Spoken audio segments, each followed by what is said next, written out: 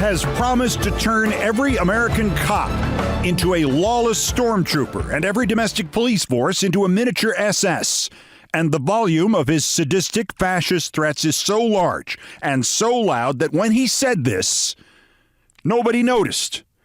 He wants to co-opt every law officer in this country, all 700,000 of them, all armed, and in the last 20 years, nearly all of them equipped with military-style weapons and vehicles and surveillance equipment, and make each and every one of them, in essence, untouchable by law, beholden to no one, responsible ultimately only to the person who liberated them from all legal restraints, him.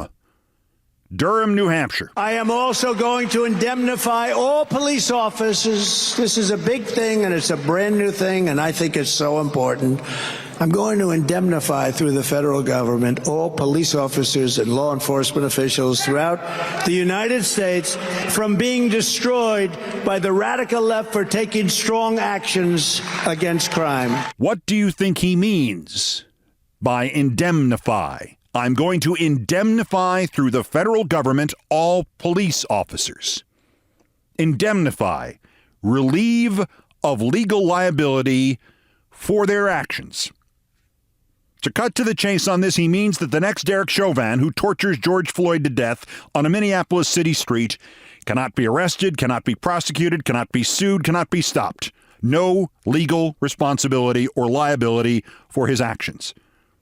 And if there are no longer any means of stopping the cops from harassing people or beating people or killing people, cops will no longer have any need to even pretend that the people they are harassing or beating or killing are actually guilty of anything.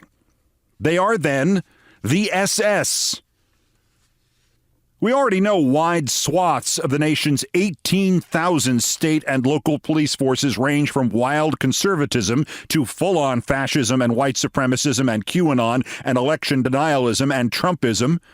We already know that since 9/11, the nation's police forces have equipped themselves as if all the world's terrorists are going to descend tomorrow morning on, say, Franklin, Indiana, population 25,000. Which is why the cops there bought themselves an MRAP, a mine-resistant armored vehicle, just like a dozen other small county police forces did in the last decade in Indiana alone.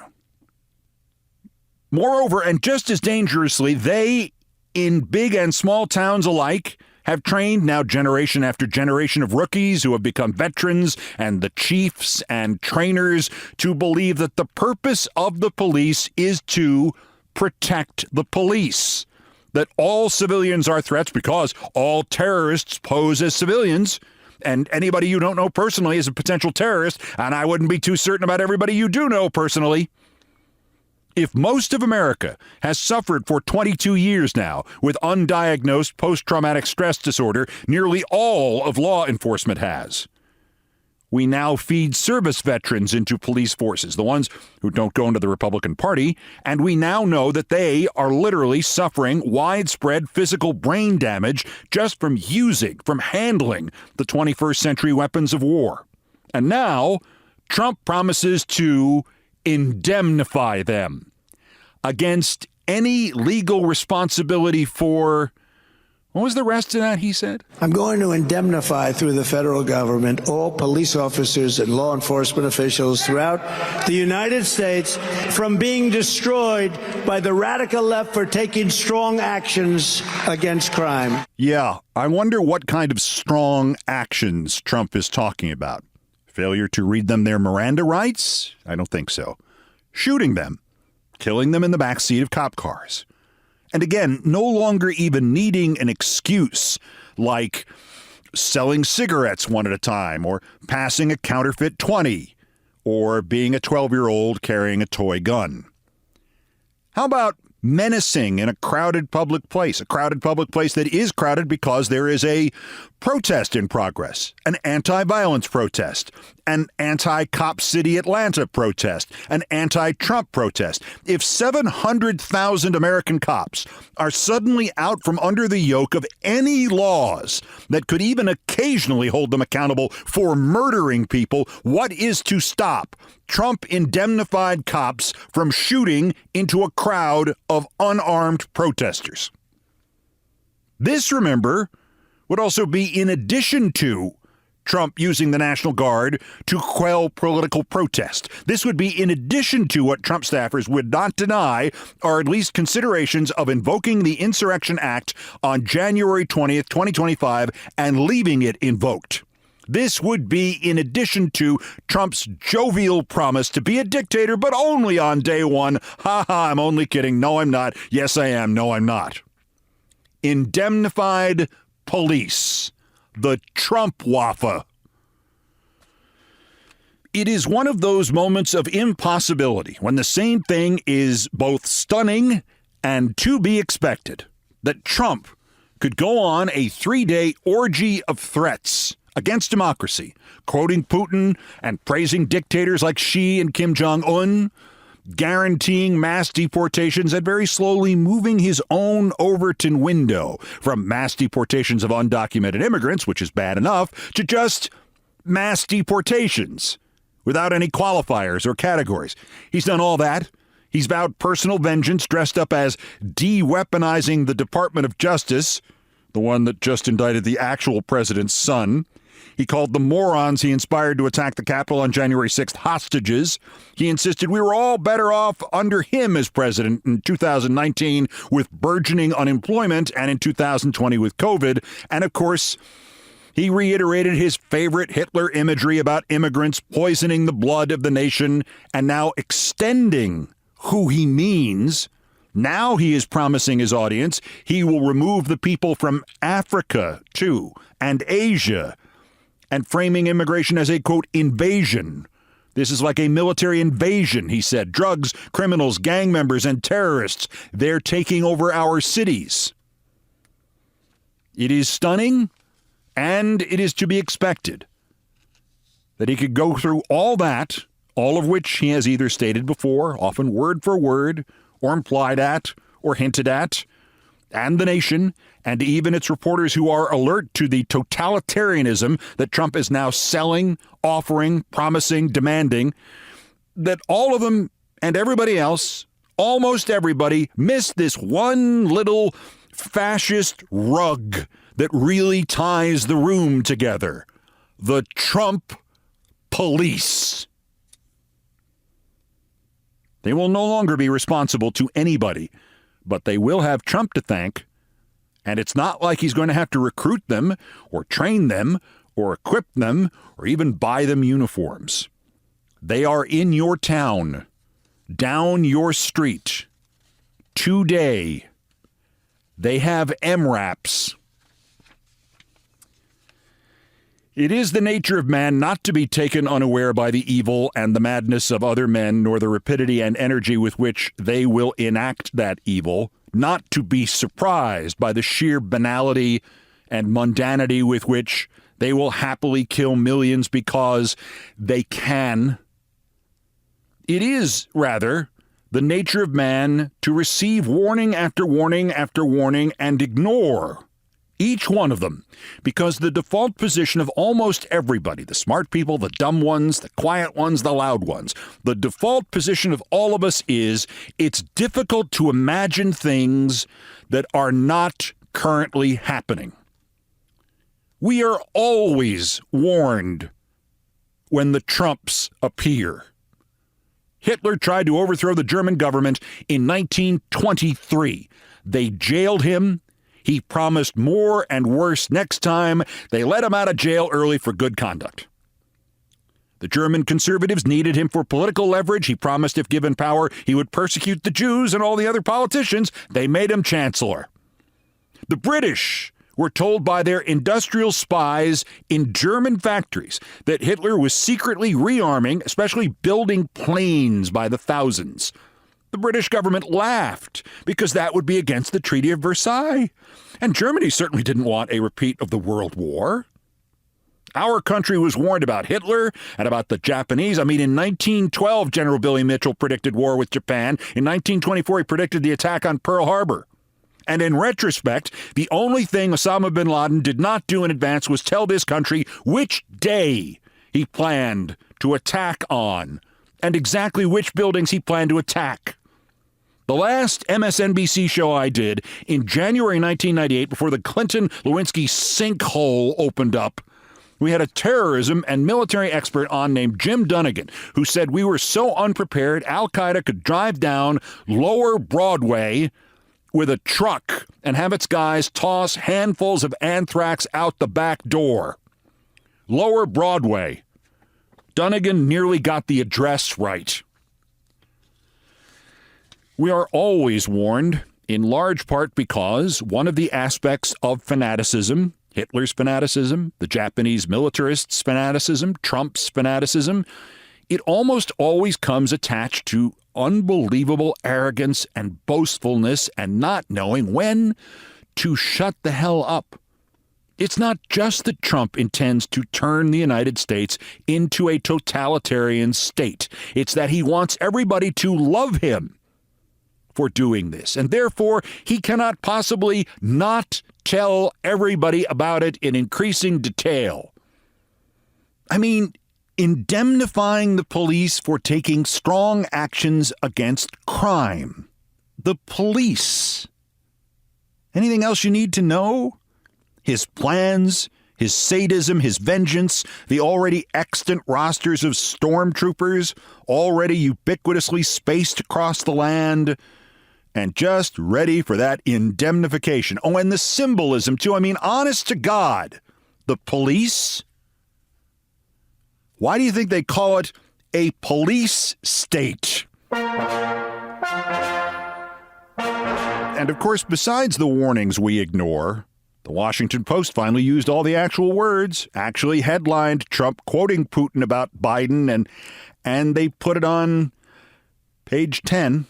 Besides the warnings that we ignore, the other universality of the death of representative government and its replacement by totalitarianism is the willingness, even the eagerness, of the institutions supposedly devoted to and dependent on representative government to signal that, no, they are ready at a moment's notice to screw this silly democracy crap and embrace and serve dictatorship. Yes, sir. I have said, I literally don't know how many times I have truly lost count, that at every actual news organization in America, except maybe ProPublica and Democracy Now!, I have said countless times that at every news organization in America, they have had the meeting. Now, the, quote, news people, unquote, may not have been there at the meeting. They may not have even known about the meeting, but the people who decide where the money goes and who still works there and who doesn't work there anymore, they have had the meeting at which the key deciders sit around and game plan Trump's return to power, and then they ask the essential, vital, life or death questions just as you and I do. Only theirs are, as an example, if Trump regains control, how do we at NBC Universal and Comcast defend our profits? Even though we have already seen what that did to CNN and what that reinforces at NBC News and ABC and CBS, this kind of dilettantish, well, we don't actually live in America, so we don't have a dog in this hunt delusion, as if Trump were running to become dictator of Belarus, as if everybody you see on MSNBC lived in a cloud somewhere above the fricka. Still, whenever I say these meetings have taken place at your local, popular, seemingly reliable news organization, I get responses that are, to be polite about it, disbelieving. And yet, now here it is, in front of your eyes, on one day, what two seemingly neutral pro-freedom of the press outlets do after they hold the meetings. Not just the obvious one. That would have been the New York Times op-ed yesterday titled, "The Secret of Trump's Appeal Isn't Authoritarianism," which claims, no, it's not the fact that he wants to turn the country into a totalitarian state and all the masochists and the sadists support that. It's because he's such a moderate. And it was written by the founder of a far-right online magazine that spends all of its time pretending not to be a far-right online magazine, and occasionally it will have ultra-leftists attack democracy and Democrats from the left. See, therefore it's balanced. We have both kinds of music, country and Western. No, that was the obvious one. The more insidious one, the lead item in the first newsletter and the lead item on the political website Axios on the Monday morning of the last full business week of the year, 1,000 words by its co-founders Jim Vandehei and Mike Allen about Trump indemnifying the cops, right? About Trump using the poisoning of the blood imagery again, about now implying he's going to expel illegal immigrants from Africa, or maybe legal immigrants from Africa, or maybe he's going to expel African Americans, about praising Xi Jinping or Kim Jong-un or the Putin quote. Nope. If former President Trump wins next year, he'd have much greater power than in his first term and fewer restraints on carrying out his political agenda. His political agenda. Like William Jennings Bryan's political agenda about not letting mankind be crucified on a cross of gold. Or more like Mike Trump's political agenda being destroying democracy and getting the cops the permission to kill people Trump, does not like. Political agendas. What was Idi Amin's political agenda? That's thanks to the trifecta of a more compliant cabinet, government workforce, and Congress. Allen and Vandehei write in such a bubbly way that it reads like an application for a Trump contract for something, and perhaps it is. What's happening? Trump, if he wins, will enjoy vigorous backing from the vast majority of GOP leaders and rank-and-file Republicans. His biggest critics will be long gone. I don't remember exactly when I met Mike Allen, 2007, 6? Struck me as one of the weirdest people I have ever met. Vandehei looked like he was casing the joint. So his biggest critics, they write, will be long gone. Of course, Allen and Vandehei will still be there. If Trump wins, he will enjoy vigorous backing from conservatives fearful of being sent to concentration camps to join his biggest critics who will be long gone. Now, I wrote that last one. I will spare you the rest of this kissing of the fascist ass by Axios, except for the unmissable conclusion. Quote, the bottom line, Trump would have a years-long head start with Congress. Yet another way he'd leverage the most sophisticated preparation in history by an out-of-power party. Not one value judgment, not one moral judgment, not one negative word. And I'm not asking for Axios to endorse the continuation of the Biden administration. I would just like Axios to endorse the continuation of democracy.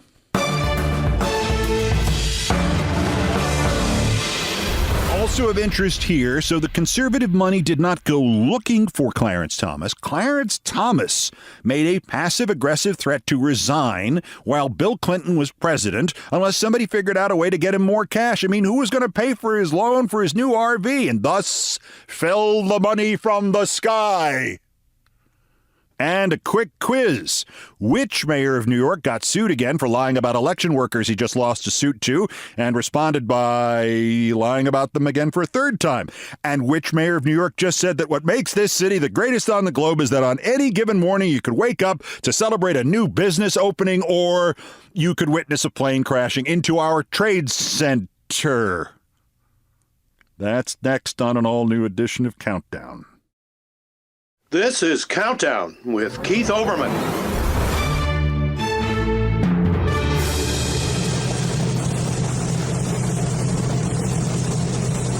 Postscripts to the news. Some headlines, some updates, some snark, some predictions. Dateline Atlanta, Ruby Freeman and Shay Moss were awarded $148 million by a jury after Rudy Giuliani lied about them and slandered them. Giuliani went out after the verdict last week and insisted what he said was true, and they were guilty. So they sued him again yesterday, this time seeking not money, but a restraining order preventing him from lying about them again. Whereupon he went on Newsmax last night and lied about them again.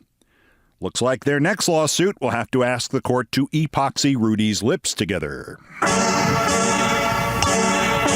Dateline presidential immunity imaginary land. 2 hearings on it now. The Supreme Court wants Trump's answer by 4 p.m. tomorrow on Jack Smith's petition for cert on it.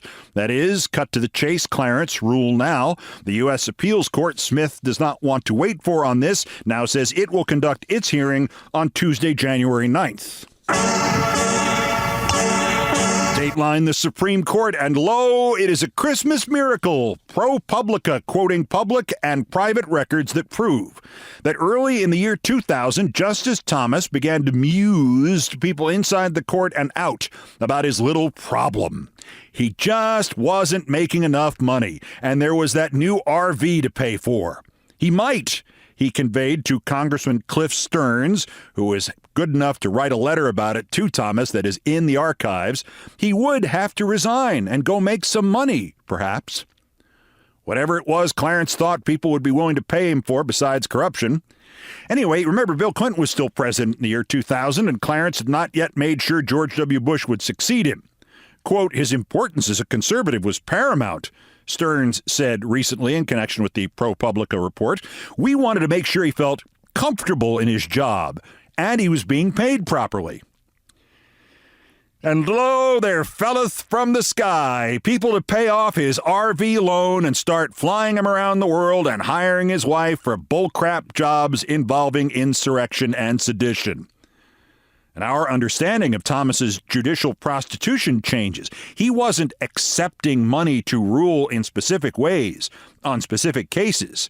He was blackmailing conservative America into paying him not to resign and leave the seat open for a liberal.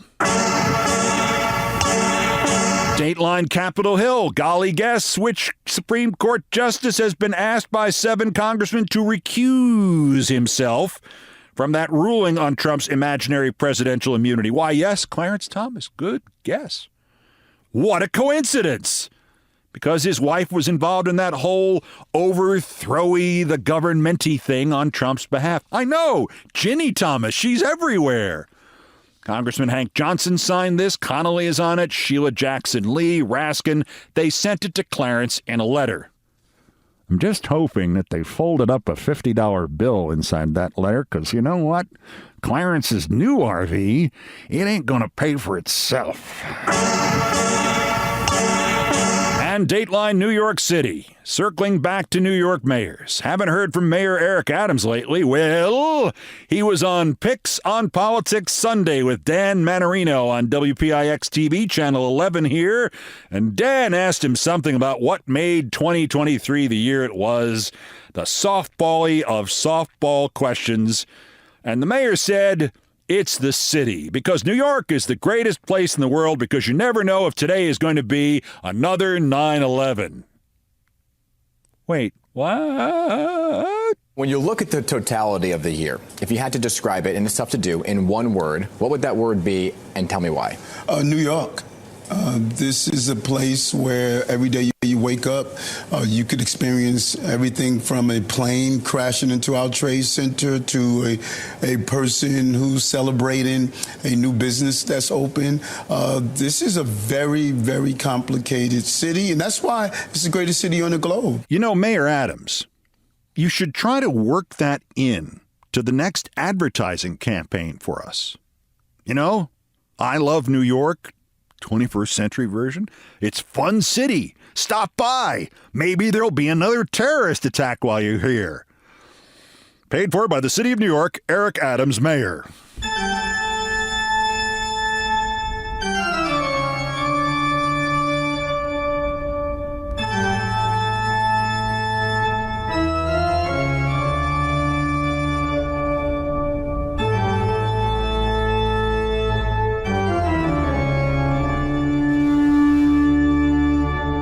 I come to think of it, every once in a while I think, Mayor Adams is the terrorist attack that has been sent upon us for this century. Still to come on an all-new edition of Countdown, I was asked about him the other day, not Mayor Adams, this other gentleman. I was his intern, and that was in the year 1978, and by then he had already been in the business for 36 years. And I was asked about him in December 2023. That tells you what an impact he had on people. His story, next, in a new edition of Things I Promise Not to Tell. First time for the daily roundup of the miscreants, morons, and Dunning-Kruger effect specimens who constitute today's worst persons in the world. The bronze, worse, wreaths across America. Yes, I'm slamming wreaths across America 3 days after 30,000 volunteers showed up at the National Cemetery at Arlington to take the wreaths they provide free and honor the fallen at the 260,000 graves in the National Cemetery. And they're just a fraction of the 3 million volunteers who decorated graves around the country this weekend past. This is not about the volunteers, nor the dead, nor the honoring. This is about the self-dealing. In the last 6 years, the amount of money Wreaths Across America has gotten has doubled to $30 million a year. Donors pay $17 for each wreath. About $5 of that goes to the civic and youth groups that help sell the wreaths. Works out to around $1.5 million a year to those charities. And then about $21.5 million a year, 3/4 of its annual revenue goes to the company that makes the wreaths, Worcester Wreath Company. Now, it's quite a coincidence that the Worcester family still owns the Worcester Wreath Company when the executive director of Wreaths Across America is Karen Worcester, and 3 of the other members of the board of Wreaths Across America are also members of the Worcester family. And yes, that light bulb going off over your head, it's accurate. The same family which runs the charity is the same family which profits by selling the wreaths to the charity. $21 million a year. And oh, by the way, shipping the wreaths, that's largely donated separately, so nobody's paying for that. And a lot of organizations that gadfly charities to make sure stuff like this doesn't happen say, yeah, this is happening. Oh, and this really tawdry look was first reported not by some left-wing organization or mainstream media outlet, but by militarytimes.com. The runner-up, worser, right-wing nutjob Laura Lunier, although I think she spells it Loomer. Laura Lunier has a vague relationship with reality and with the truth. Her latest processing issue, as reported by America's leading George Santos scholar, Jacqueline Sweet, Loomer insists that a Foreign Agent Registration Act filing shows that the goofball staffer from Senator Cardin's office, who was caught on video in the Senate hearing room receiving testimony, that he's a foreign agent. He works for the Dominican Republic. Says so right here. It's a scandal. He could be blackmailed. Even though Laura Lunier doesn't explain that after that tape, I mean, what's left to blackmail him with? Of course, it doesn't say he's a foreign agent. Laura Lunier is that most dangerous of combinations. Not too bright and not too worried about the truth. The form that she screenshotted and presented just a portion of shows that somebody who was a representative of the Dominican government sent the staffer an email. In fact, sent hundreds of Senate office staffers emails. That's all it says. The staffer is not the Dominican agent. He and hundreds of others were sent emails by a Dominican agent. Senate staffers get emails from representatives of other countries every hour. That's what the system is for, to show when the other countries have reached out to Senate and House staff. In her race to try to stir up a scandal, this woman Loomer has made a fool out of herself again. But our winners, speaking of which, the worst, CPAC, and the guy who is still somehow its chairman nearly a year after he was engulfed in an actual scandal, the prophetically named Matt Schlapp. You may recall Matt Schlapp was sued for allegedly groping a male campaign staffer in October 2022, a staffer on the Senate campaign of Herschel Walker. Remember Herschel Walker? The Washington Post now reports that as part of discovery for his lawsuit, the alleged victim discovered and added to the lawsuit 2 prior incidents involving Matt Schlapp that the plaintiff says CPAC knew about and did nothing about: an attempt to kiss an employee at a CPAC party in 2017, and last year what sounds like an interesting night exploring conservative values when Schlapp was accused of stripping to his underwear and rubbing up against another guy without the other guy's consent. And the new aspect of the suit is the claim that CPAC knew and did nothing and let Schlapp loose on an unsuspecting world. Matt, hey, I was only talking about polling Schlapp. Today's worst person in the world.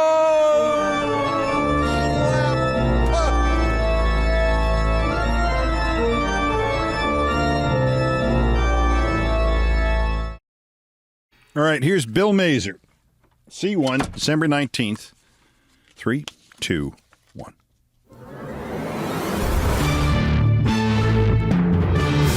And now to the number 1 story on the countdown, and I was literally asked about him the other day by somebody who did not know I knew him, and basically I had one of those instantaneous moments that prove that Marcel Proust was right. If you try to remember something or someone from your youth, good luck. You might get a vague image. It might be right, it might be wrong. But if you are unexpectedly reminded of the moment or the person, you can, for at least a brief instant, be transported back to them and to that time as certainly as if you had a time machine. The man's name was spoken, and suddenly I was 19 years old again in a brand new seersucker suit, stepping in from the always broiling midday sun of Midtown Manhattan before the subways had air conditioners, and into the seductive cool of a television newsroom 7 long hours before the broadcast was to begin, when all the elements are in place except the panic and the rushing and the shouting, when you can still quietly discuss which story should be the lead on the newscast, rather than threatening to kill somebody who tried to stop you from going with the fire instead of the boating accident. When the film hasn't even been shot, let alone developed yet. And yes, in 1978, it was still film. They were just making the conversion from film to videotape, and they were using both. And half the stories could be instantly assembled, videotape, but the other half were maddeningly delayed until the kid ran the film to the lab in the basement and waited for it to be developed. And yeah, I was often that kid, and I think I might be the youngest person in this country who can say he ran the news film to the lab to be developed. Anyway, the man whose name was mentioned to me was the first to succeed on radio in a big city in this country by simply talking sports with listeners who phoned in. This was in Buffalo, New York in the 1940s and 1950s and 1960s, though he was not from there. Born in Kiev, emigrated to Brooklyn as an infant, pre-med at Michigan, a quick radio stint in Grand Rapids, and the apt decision to not go by his given name of Morris Mazer. Then to the war, then to Buffalo, and the role of the sportscaster in town on TV, on radio, on the newscasts of the original Buffalo Bills, of the minor league baseball Buffalo Bisons, and the minor league hockey Buffalo Bisons. Bill, not Morris, Bill Mazer. Bill Mazer came home to New York City in the early 60s, and whether you like it or hate it, sports talk started with him. And it did not get much better than him. And what he did was not what you see now, where people like Stephen A. Smith and Chris Russo are paid to kill as much time as possible, or people like Skip Bayless are paid to turn anything into a controversy and anything good into something bad. Bill Mazer talked to people knowledgeably, pleasantly, rarely raising his voice. He talked to athletes, other reporters, fans, and he had a singular advantage. Before internet, before the sports history industry, hell, before the first edition of the Baseball Encyclopedia came out, Bill Mazer knew everything. This was largely because he had a virtually photographic memory. Bill could, of an instant, tell you who won the 100-meter dash at the 1932 Olympics in Los Angeles because he knew how all 6 finishers did, that it was Eddie Tolan, then Ralph Metcalf, then Jonathan of Germany, then George Simpson, then Danny Joubert, and then the Japanese Yoshioka. And then he'd mentioned that Eddie Tolan's cousin was the outfielder Bobby Tolan of the Cincinnati Reds. And before you knew it, he was asking you who had the greatest outfield arm ever. And I mention this because I can remember parts of the conversation I had with him that followed that question about the 1932 Olympic 100 meters. Bill Mazer saw the list of finishers once and remembered it for the rest of his life. Bill also did television, network stuff. He worked NFL football for CBS, sidelines, in the studio, in the scoreboard shows. He did hockey. He did color. He did play-by-play. He did local games of the New York Rangers. He did the network broadcasts on CBS. He did the Knicks, the Rangers, the Nets, the Islanders, the local sports on Channel 5 here. And he had interns. And in the summer of 1978, at Channel 5, in my seersucker suit, I was one of them. Did he take me under his wing? Nah, that wasn't his style. Did he let me essentially produce his show, choose the highlights for him, watch as he showed me tricks on how to narrate those highlights, ask me why he was including some stories and not others, explain that it was okay to make a mistake as long as you corrected yourself as soon as you found out, nod with amusement but approval when the actual producer said that one night that Bill was going to take off, they should let me fill in for him? Yes to all that. He treated his interns like equals. And then there was that memory thing. They used to ask him a trivia question on the air every night, a question sent in by a viewer. Stump the Amazin' Mazer in the commercial before the sports on the 10 o'clock news on Channel 5. And usually he'd start to actually answer it reflexively, and the news anchor, John Rowland, would say, "What are you doing? We want them to stay through the commercial to find out if you know the answer." And they'd both laugh, and it was obvious that Bill had started to answer so that nobody would ever think he was dashing off during the commercial to find the answer in a book somewhere. The newscaster Rowland even mocked the whole thing one night. This is from Eddie Spaghetti of Sheepshead Bay, amazing. On Sunday, April 22nd, 1979, the Rangers defeated the Philadelphia Flyers 6-0 at the Garden behind John Davidson's shutout to take a commanding 3-1 lead in the Stanley Cup semifinals.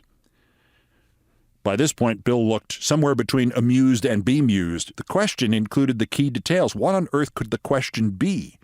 John Rowland resumed. 17,380 fans were at Madison Square Garden that night. Give their names and addresses.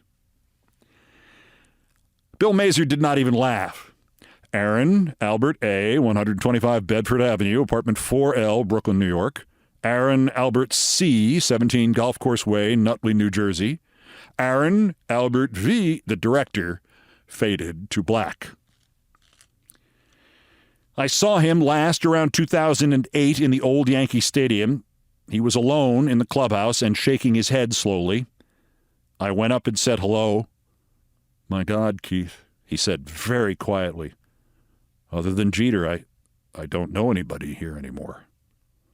I told him the hell he didn't. He knew me. We talked for half an hour. I was his intern one summer, and the next July I was covering the same games and press conferences he was, and not once did he claim he discovered me. He introduced me to everybody I did not know. I had the good fortune to have this young man as my intern last year. I'm very proud of him. It was always like that.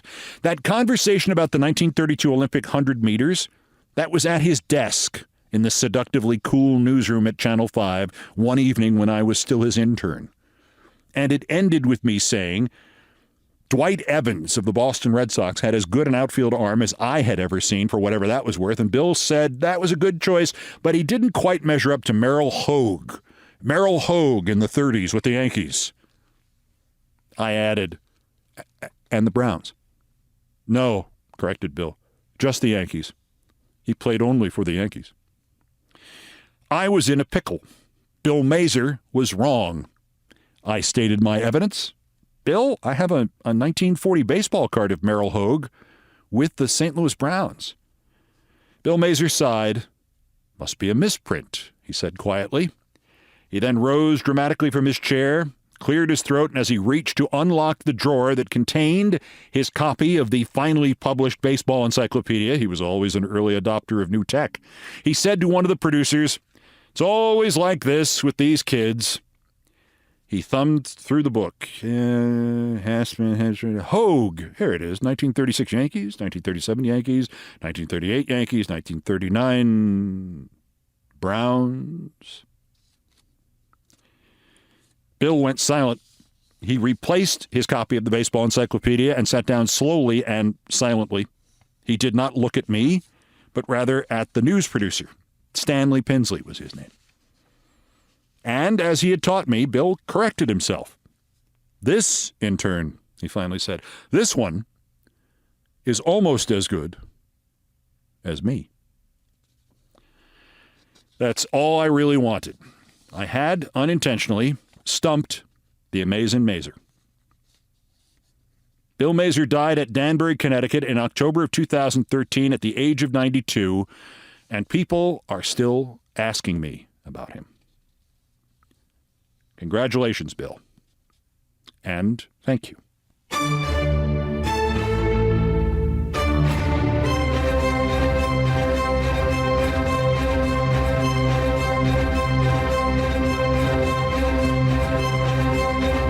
I've done all the damage I can do here. Thank you for listening. Do me a solid and tell somebody who does not listen to listen.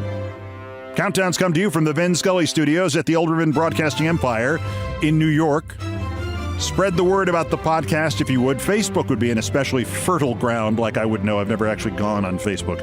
Countdown musical directors Brian Ray and John Philip Chanel arranged, produced, and performed most of our music. Mr. Chanel handled orchestration and keyboards. Mr. Ray was on the guitars, bass, and drums. Produced by TKO Brothers.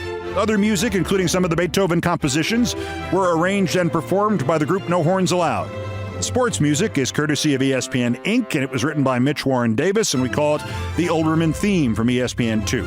Our satirical and pithy musical comments are by Nancy Faust, the best baseball stadium organist ever. Our announcer today was my friend Howard Feynman. Everything else was pretty much my fault. That's Countdown for this, the 1078th day since Dementia J. Trump's first attempted coup against the democratically elected government of the United States. Use the Insurrection Act against him and them while we still can. The next scheduled countdown is tomorrow. Bulletins as the news warrants. Till then, I'm Keith Olbermann. Good morning, good afternoon, good night, and good luck.